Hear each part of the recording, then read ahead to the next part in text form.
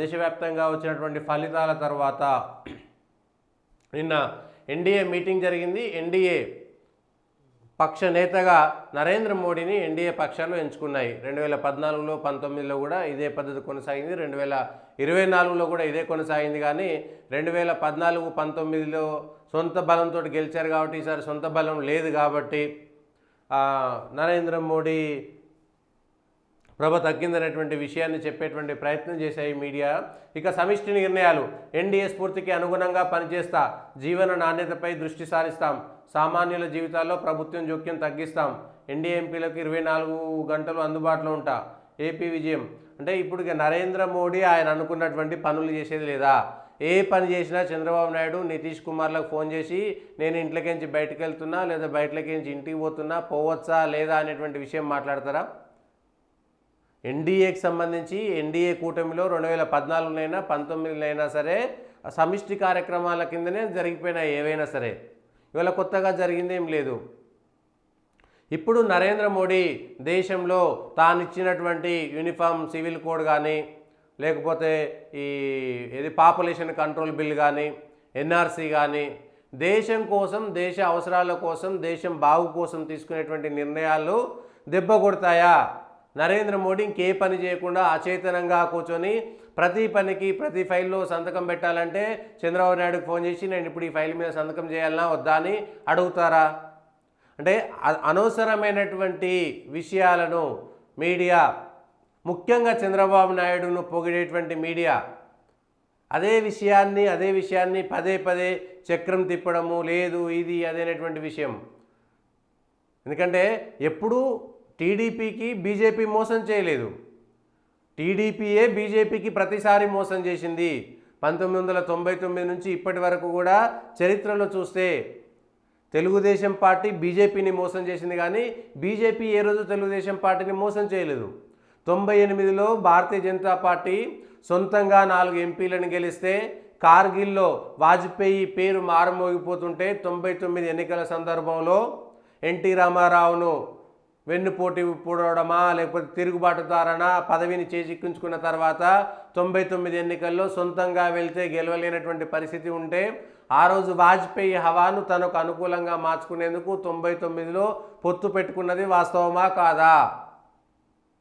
So 1999లో BJP బలంతో, BJP గాలిలో చంద్రబాబుకు ఉన్నటువంటి నెగిటివ్ పేరు, ఎన్టీ రామారావును దించేశాడనేటువంటి నెగిటివ్ పేరు పోయే విధంగా 99లో బీజేపీని అండగా చేసుకొని, ఆసరాగా చేసుకొని అప్పుడు తెలుగుదేశం పార్టీ గెలిచింది. 2004లో చంద్రబాబు నాయుడు అలిపిరి సంఘటన తర్వాత ముందస్తుకెళ్ళాడు. ఆంధ్రప్రదేశ్లో నక్సలైట్లు దాడి చేశారు కాబట్టి అలిపిరిలో ముందస్తుకెళ్తే ఆ సానుభూతి ఓటుతోటి గెలిచేటువంటి అవకాశం ఉందని ముందస్తుకెళ్ళాడు. పోనీ తను ముందస్తుకెళ్ళి సప్పుడే కూరుకున్నాడా? కేంద్రంలో ఉన్నటువంటి వాజ్పేయి సర్కారును కూడా ముందస్తుకు లాగి కాళ్ళు బట్టి లాగేసి వాజ్పేయి సర్కారును కూడా కింద పడేసి తాను బురదలో పడ్డాడు. వాజ్పేయి సర్కారు కొలాప్స్ అయిపోయింది.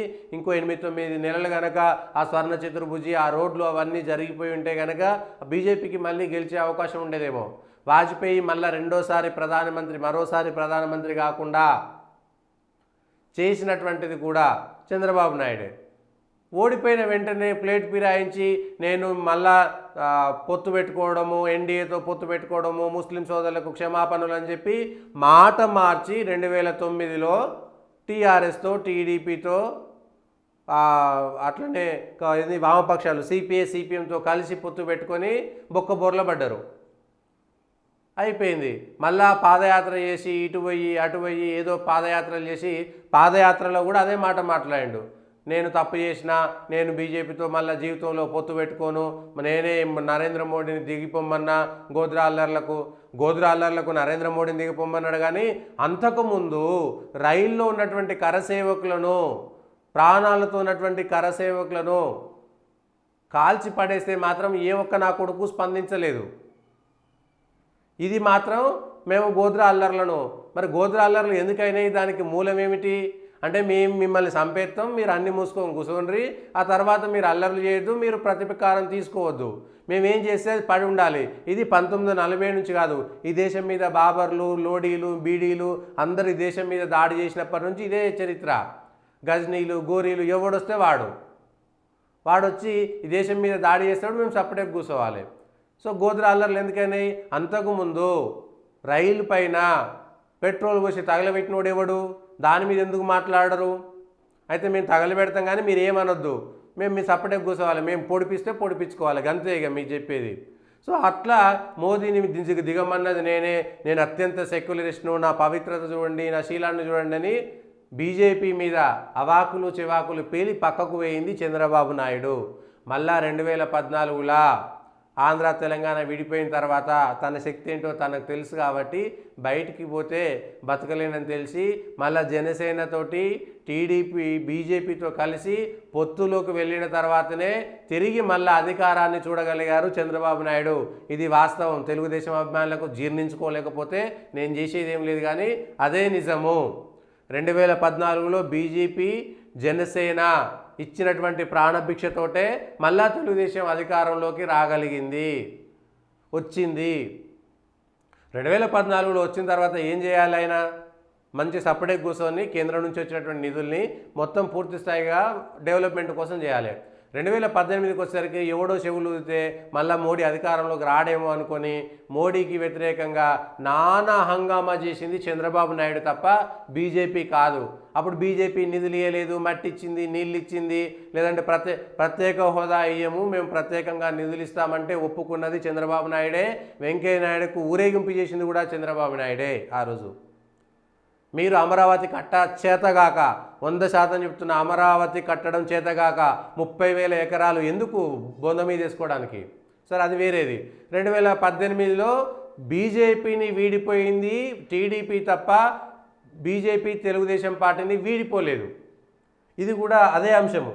బీజేపీని మోసం చేసింది తెలుగుదేశం పార్టీ, భారతీయ జనతా పార్టీ కాదు. ఆ రోజు కూడా మోసం చేసి వెళ్ళిపోయి నరేంద్ర మోడీ మళ్ళీ రాడేమో అనుకొని నరేంద్ర మోడీ భార్యను, తల్లిని, మోడీని అసలు ఇక ఎట్లా అంటే ఆయన ఎవరు చంద్రబాబు నాయుడు బామ్మర్ది బాలకృష్ణ ఇష్టం ఉన్నట్టుగా మాట్లాడి రెచ్చిపోయి వచ్చిరా అని హిందీ భాషలో కారు కూతలు కూసిర్రు, బయటికి వేయరు.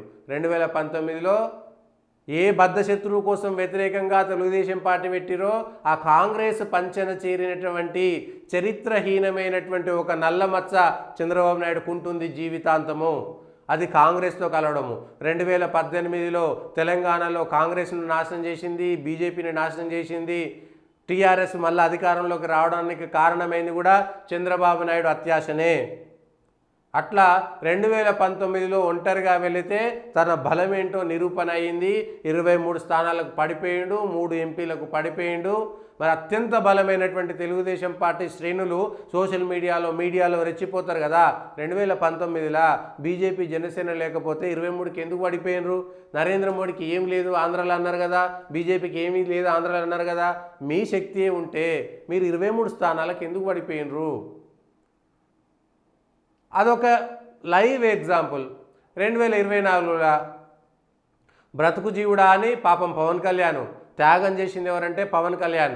ఇవాళ చంద్రబాబు నాయుడు ఆంధ్రాలో అధికారంలో ఉన్నాడంటే ఇవాళ 21కి 21 గెలిచిన పవన్ కళ్యాణ్ తెలుగుదేశంతో పొత్తు లేకపోయినా సరే ఓ 10 సీట్లైనా గెలిచినోడు సొంతంగా. లేదు బీజేపీ పవన్ కళ్యాణ్ రెండూ కలిసిపోయి కేంద్రం నుంచి మేము చేస్తాం అది చేస్తాం అనుకుంటే ఓ 2 ఎంపీలు 4 ఎంపీలు వాళ్ళు సొంతంగా గెలిచేటోళ్ళేమో. పవన్ కళ్యాణ్ కూడా ఆయన గెలిచి ఇంకో 10 ఎమ్మెల్యే స్థానాలు గెలిచడేమో. కానీ చంద్రబాబు నాయుడు అధికారంలోకి రాకపోతుండే. 2024లో మూడోసారి చంద్రబాబు నాయుడు అధికారంలోకి వచ్చినప్పుడు కూడా భారతీయ జనతా పార్టీ జనసేన కలిసే ఉన్నాయి. బీజేపీ పక్కన ఉన్న నాడు మాత్రమే చంద్రబాబు నాయుడు గెలిచాడు అనేటువంటిది చరిత్ర చెప్పినటువంటి ఉదాహరణలు. ఇవన్నీ కూడా మనకు కలిసి వస్తున్నటువంటి ఉదాహరణలు. సో చంద్రబాబు నాయుడు సొంతంగా ఏదో చేస్తాం, మేము ఇది చేస్తాం, ఇక మళ్ళీ చంద్రబాబు నాయుడుకు బాగా అవుదేటువంటి మీడియా వల్లనే ఈ నష్టం అంతా జరిగేది. చంద్రబాబు నాయుడుకు ఇంద్రుడు చంద్రుడు చంద్రబాబు నాయుడు వల్లనే అదైంది ఇదైంది. నిన్నేదో స్టాక్ మార్కెట్లు కూడా చంద్రబాబు నాయుడు వల్ల పెరిగినాయని ఏదో పత్రికలు రాశారు ఆఖరికి. ఇక సమిష్టిగానే నిర్ణయాలు కలిసికట్టుగా ఎన్డీఏతో కలిసికట్టుగా వెళ్ళారు. రైతుల పేరు చెప్పి అకాలీదళ్ పక్కకు పోయింది, ముఖ్యమంత్రి పదవి కోసం శివసేన పక్కకు పోయింది, చంద్రబాబు నాయుడు స్వార్థం కోసం పక్కకు పోయిండు. కానీ ఎన్డీఏ నుంచి వాళ్ళు ఎప్పుడు బయటకు పోలేదు. నితీష్ కుమార్ బయటకు పోయినా లోపలికి వచ్చినా అది వాళ్ళ నిర్ణయం. కానీ ఎన్డీఏ మేము చెప్పినట్టు ఎన్డీఏ వినాలే, మేము చెప్పినట్టు కామన్ మినిమం ప్రోగ్రామ్ ఒకటి ఉంటుంది, దాని ప్రకారమే ఎన్డీఏ 2014లో కూడా చంద్రబాబు నాయుడు బీజేపీ కలిసి పోటీ చేసి గెలిచిన తర్వాత మంత్రి పదవులు ఆ రోజు తెలుగుదేశం పార్టీకి కూడా మంత్రి పదవులు దక్కినాయి. తెలుగుదేశం పార్టీకి కూడా మంత్రి పదవులు దక్కినాయి. కానీ కుట్రలు కుతంత్రాలు చేసేది చంద్రబాబు నాయుడు అనేటువంటిది క్లియర్గా అర్థమవుతుంది దీని ద్వారా. సో ఈ సమిష్టి నిర్ణయాలు ఇది ఇంతకంటే ఎక్కువ ఏం చెప్పలేరు. చంద్రబాబు నాయుడు చెబితేనే, చంద్రబాబు నాయుడు పొద్దుగాల గంట కొట్టి అలారం పెట్టి లేపితేనే ఇప్పుడు మోడీ లేస్తాడు, లేకపోతే మోడీకి లేవం శాత కాదన్నట్టుగా బిల్డప్లు ఇవ్వడం వల్ల నష్టపోయేది ఎవరు?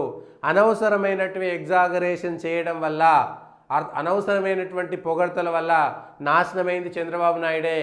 తప్పుడు సలహాలు ఇవ్వడం వల్ల జీవితంలో జైలు పోవాల్సినటువంటి గత్యంతరం పట్టింది కూడా ఇట్లాంటి వాళ్ళు చేయబట్టే. ఇది చంద్రబాబు నాయుడు చరిత్ర. తెలుగుదేశం పార్టీ వాళ్ళు ట్రోల్ చేసుకొని, తెలుగుదేశం పార్టీ వాళ్ళకు నచ్చని నచ్చకపోని, కానీ గెలిచి చూపించలేకపోయాడు ఏ రోజు కూడా. టీడీపీ టీఆర్ఎస్ వామపక్షాలతో కలిసినా ఓడిపోయింది, ఒంటరిగా పోటీ చేసినా ఓడిపోయింది. గెలిచిన 3 సార్లు బీజేపీ పక్కన ఉంటే మాత్రమే చంద్రబాబు నాయుడు గెలవగలిగాడు అనేటువంటిది సత్యం సత్యం సత్యం.